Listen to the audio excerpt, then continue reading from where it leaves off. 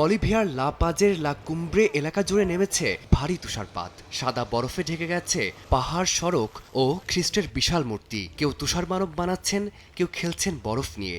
লা পাজের অনেক মানুষ আগে কখনো বরফ দেখেননি, তাই প্রকৃতির এই বিরল উপহার উপভোগ করতে ছুটে এসেছেন অনেকে। তবে এই তুষারপাত আনন্দের পাশাপাশি দুর্ভোগও ডেকে এনেছে। খাবারের অভাবে লামার পালকে নিচু এলাকায় নিয়ে যেতে বাধ্য হয়েছেন এক আদিবাসী নারী। তুষারপাত খুবই ভারী, খাবারের অভাবে লামাগুলো মারা যাচ্ছে, তাই আমি এদের নিচের দিকে নিয়ে যাচ্ছি যেখানে খাবার পাওয়া যাবে। অন্যদিকে এল আল্টো শহরেও তুষারপাতে ব্যাহত হয়েছে স্বাভাবিক জীবন। জ্বালানি নেওয়ার জন্য দীর্ঘ লাইনে দাঁড়িয়ে থাকতে হয়েছে চালকদের।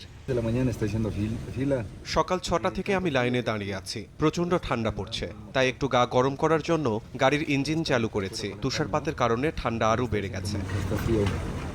ভারী তুষারপাতের কারণে এল আল্টো বিমানবন্দরে কিছু সময়ের জন্য ফ্লাইট চলাচল বন্ধ রাখা হয়। পরে পরিস্থিতির উন্নতি হলে ফ্লাইট চালু হলেও দীর্ঘ সময় অপেক্ষা করতে হয়েছে যাত্রীদের। দেশটির কয়েকটি এলাকায় অরেঞ্জ অ্যালার্ট জারি করেছে আবহাওয়া বিভাগ।